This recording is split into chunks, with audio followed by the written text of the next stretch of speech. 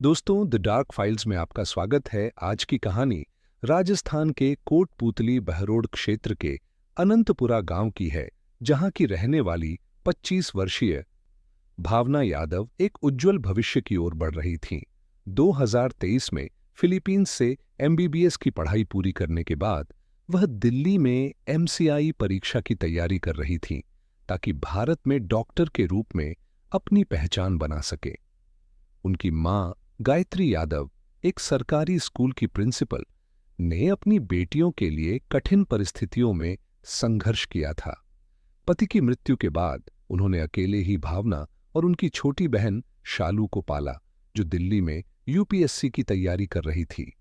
भावना का सपना था कि वह एक दिन अपने गांव और समाज के लिए कुछ बड़ा करे, लेकिन 24 अप्रैल 2025 की रात यह सपना एक दर्दनाक हकीकत में बदल गया।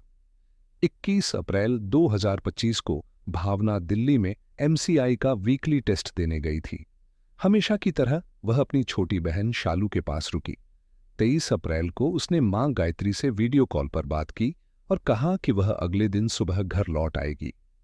उसकी बातों में कोई परेशानी या डर नहीं था, लेकिन 24 अप्रैल की सुबह 7:31 पर मां को व्हाट्सएप पर मैसेज करने के मात्र 50 मिनट बाद एक अनजान नंबर से कॉल आया।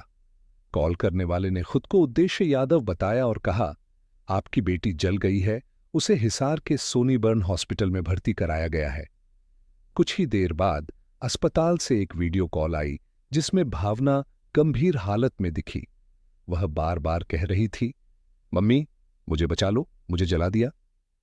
गायत्री तुरंत अपने देवर मुकेश यादव और एक स्कूल स्टाफ के साथ हिसार रवाना हुई। Soni burn and plastic surgery hospital पहुंचने पर उन्होंने देखा कि भावना का 80% शरीर झुलस चुका था। उसका चेहरा, पेट और घुटनों तक का हिस्सा बुरी तरह जला हुआ था, लेकिन सिर के बाल, पीठ और घुटनों के नीचे का हिस्सा अछूता था। सबसे चौंकने वाली बात थी पेट पर धारदार हथियार के 3 गहरे घाव, जो यह संकेत दे रहे थे कि यह कोई हादसा नहीं बल्कि सुनियोजित हत्या थी।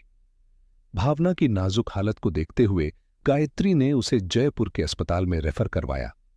वहां इलाज के दौरान 24 अप्रैल की रात 11:24 पर भावना ने दम तोड़ दिया। मां गायत्री का कहना था कि उनकी बेटी की हालत इतनी गंभीर थी कि वह ठीक से बोल भी नहीं पा रही थी।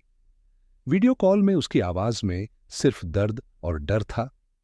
गायत्री ने अस्पताल प्रशासन से पूछा कि उनकी बेटी को किसने और कहां से लाया, लेकिन कोई स्पष्ट जवाब नहीं मिला। इस हत्याकांड का मुख्य संदिग्ध उद्देश्य यादव है, जो हिसार के चरण सिंह हरियाणा कृषि विश्वविद्यालय के कंट्रोलर रूम में क्लर्क था। 2019 में भर्ती हुआ उद्देश्य यूनिवर्सिटी के बाहर किराए के क्वार्टर में अकेला रहता था। वह रेवाड़ी के लिलोद गांव का रहने वाला था, शादीशुदा था और उसका एक 3 साल का बेटा भी था। उद्देश्य का परिवार खेती करता था और उसकी दोनों बहनों की शादी राजस्थान में हुई थी। उद्देश्य का भावना से रिश्ता भी सामने आया। वह भावना की चचेरी बहन चंचल का देवर था और चंचल के परिवार में उसका आना जाना था। पुलिस जांच में पता चला कि उद्देश्य और भावना 2018 में एक शादी समारोह में मिले थे और तब से उनके बीच प्रेम संबंध थे। भावना उद्देश्य पर उसकी पत्नी को तलाक देने का दबाव डाल रही थी, जिससे उद्देश्य परेशान था। पुलिस जांच और सीसीटीवी फुटेज के अनुसार 24 अप्रैल की सुबह उद्देश्य ने भावना को अपने क्वार्टर पर बुलाया। दोनों के बीच तलाक को लेकर तीखी बहस हुई। गुस्से में आकर उद्देश्य ने भावना पर धारदार हथियार से हमला किया, जिससे उसके पेट पर 3 गहरे घाव बने। इसके बाद उसने उसकी पहचान मिटाने के लिए पेट्रोल छिड़क कर आग लगा दी।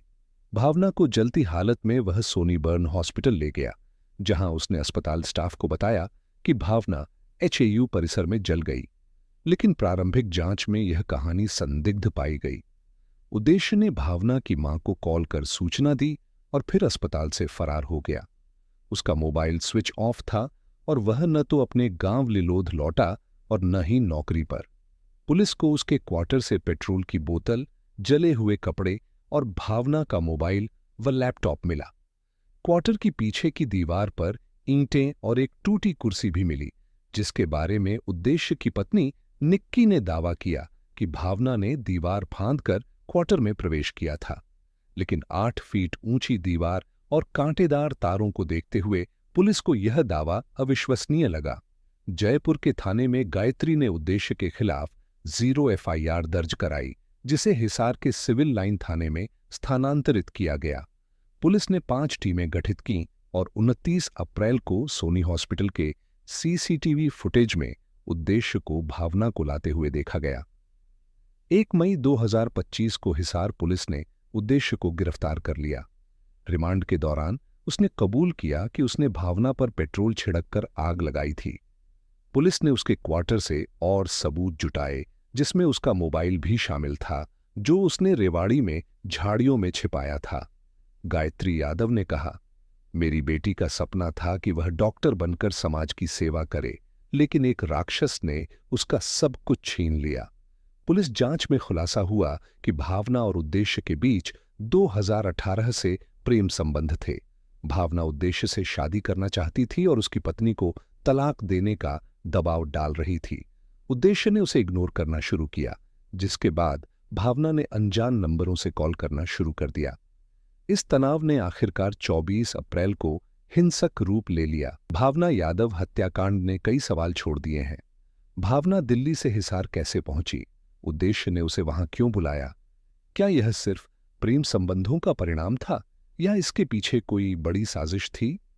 दोस्तों, आपको यह कहानी कैसी लगी? इस कहानी को सुनकर आपके मन में कोई विचार हो तो आप कमेंट्स कर जरूर बताएं। मिलते हैं एक नई कहानी के साथ। तब तक आप अपना ख्याल रखिए। जय हिंद।